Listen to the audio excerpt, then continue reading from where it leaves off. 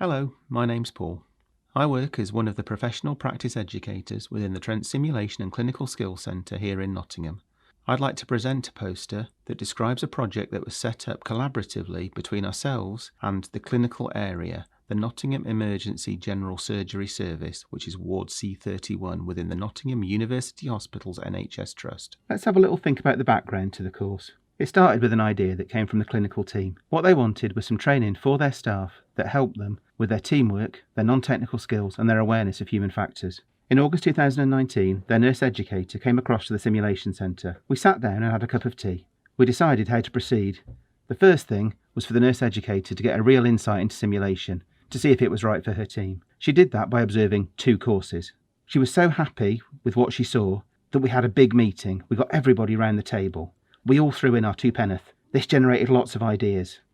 We took those ideas, we thought about them really hard, we examined them, and now it was time to knuckle down and actually produce the scenarios to write the course.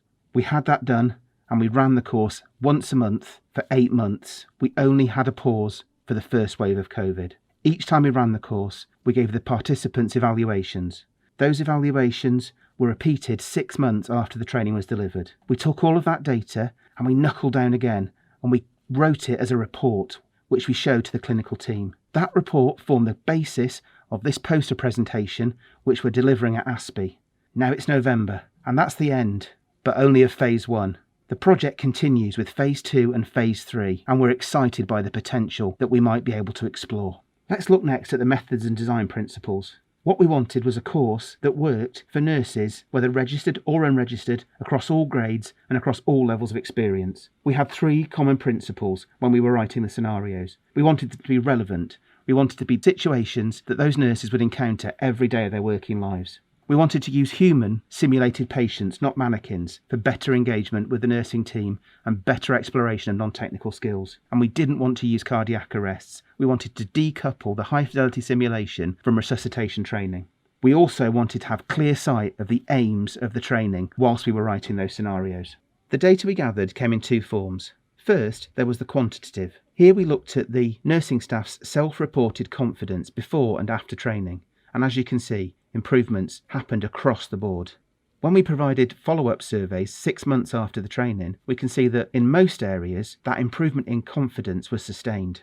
Next, we consider the qualitative data, which we got from thematically analysing the free text data provided by participants. And as you can see, the learning that was attained by participants matches well with our training aims, as stated in our scenario writing. So what can we conclude when we look back at our evaluations? Well, firstly, that the participants enjoyed their training. Secondly, that training in the short term caused improvements in self-reported confidence across the board. Thirdly, that some of those improvements were sustained even 6 months after the training was delivered. We also get the sense that the participants felt they learnt what the training team intended them to learn. And lastly, that we've been successful in Phase 1 of this project. Almost the entire ward nursing team has been able to experience simulation, most of them for the first time in their careers. In Phase 2, we look forward to developing the team further with more challenging scenarios based on participant evaluations and educational priorities identified by the senior ward team. In Phase 3, we'd like to use this SimCourse template and take it to other wards around the Trust. We will carry on with the transferable themes, but we will tailor the specific scenarios to those clinical areas. My name's Paul, and I'd like to thank you for sitting through this presentation. If you have any questions, please do not hesitate to contact me. Thank you so much and enjoy the rest of your conference.